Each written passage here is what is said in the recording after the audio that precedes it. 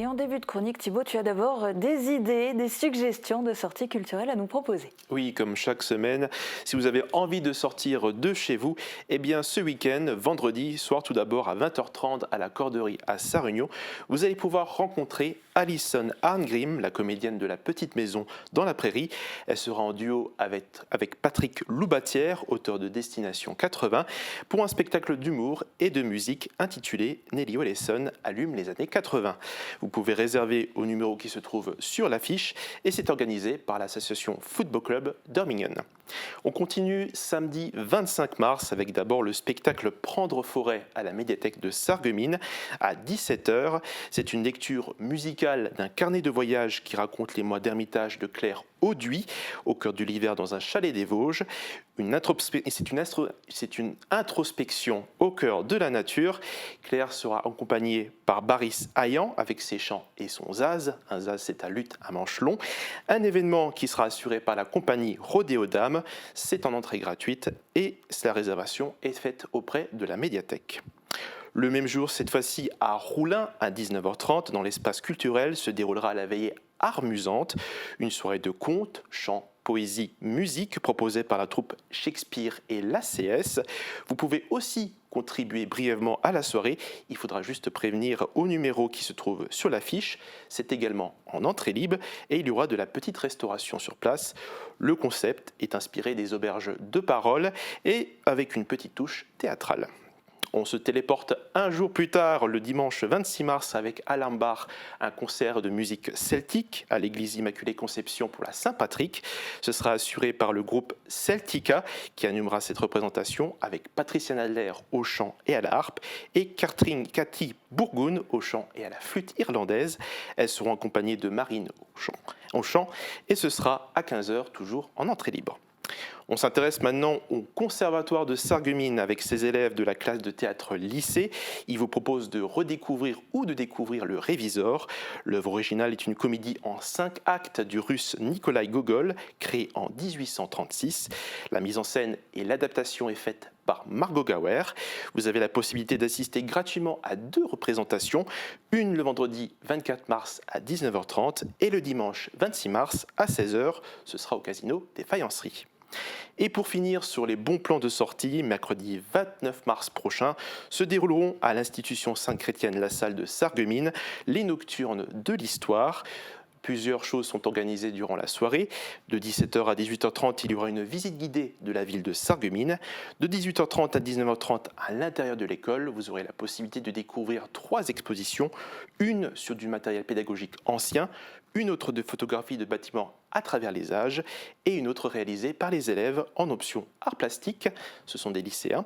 Et enfin, pour finir la soirée de 19h30 à 21h, vous pourrez assister à 2 conférences historiques. Eh bien, merci beaucoup Thibaut pour ces chouettes idées de sortie.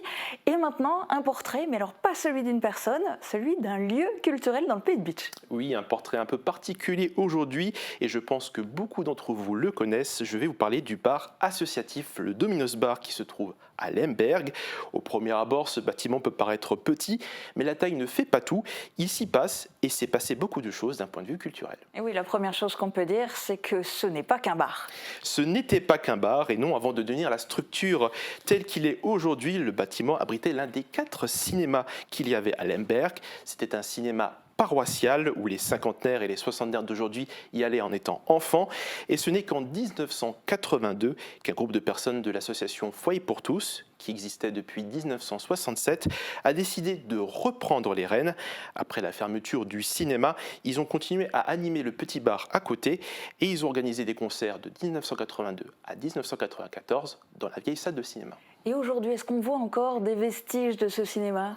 Oui, alors sur les images que vous allez voir, on peut remarquer à l'entrée du bar, donc voici le bâtiment du Domino's Bar, à l'entrée il y a encore la petite billetterie vitrée, et si on s'aventure plus loin derrière les briques, vous voyez le reste du balcon de l'ancienne salle de cinéma. Au-dessus, il y avait la structure qui portait l'isolation phonique, et tout derrière, sur les briques grises, la salle, c'était les projecteurs qui étaient utilisés pour diffuser les films dans la salle, et elle a malheureusement fermé par la mairie en 1994. Alors, depuis l'organisation des concerts, le bar est devenu ce qu'il est aujourd'hui ? Oui, le Domino's Bar n'est plus le petit bar du cinéma qui était à côté. C'est maintenant un bar à part entière qui a été rénové. Et d'ailleurs, la pièce s'est agrandie pour laisser place à une extension dédiée pour les groupes de musique. Une petite salle qui maintenant a l'habitude de recevoir des concerts. L'extension est arrivée en 2013 avec l'intervention de la mairie. La salle de cinéma, quant à elle, malheureusement, a été arrachée, à part le vieux balcon.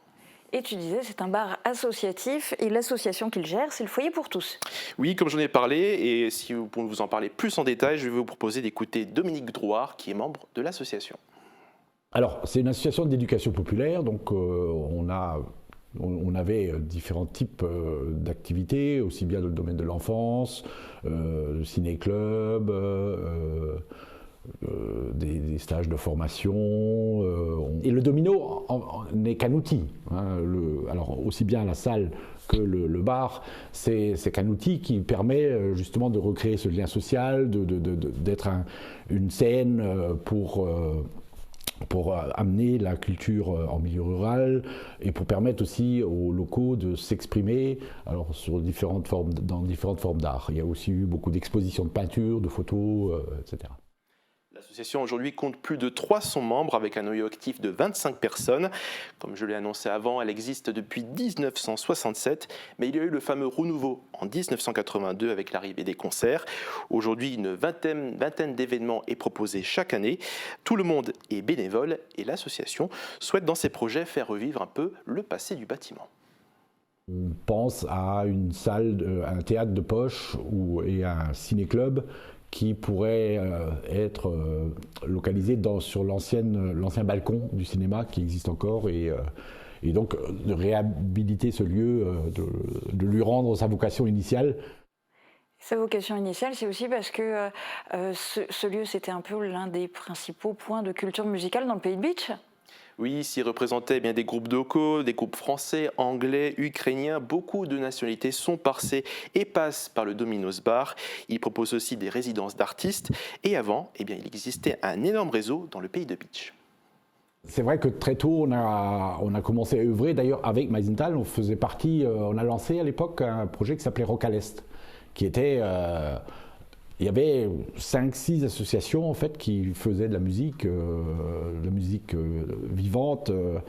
Et notre objectif aujourd'hui, c'est vrai que c'est aussi de recréer cette dynamique de réseau, c'est-à-dire pas uniquement sur un lieu, mais sur différents lieux.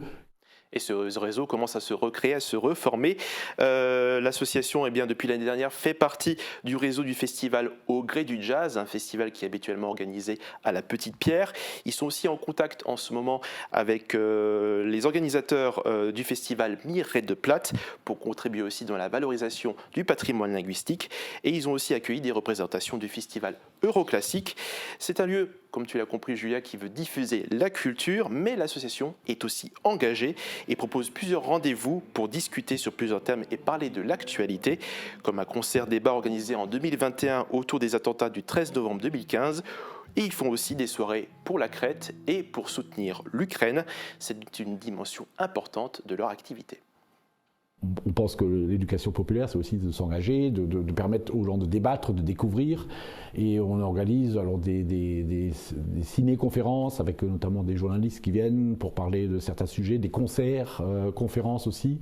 On essaie aussi d'être réactif par rapport à l'actualité quand il y a un événement qui se produit, d'être là aussi comme lieu parce que je crois qu'un bar, c'est d'abord ça aussi, c'est un lieu d'échange. Il faut que les gens puissent se parler et donc d'être là aussi pour proposer des thématiques d'actualité pour pouvoir échanger sur ces sujets.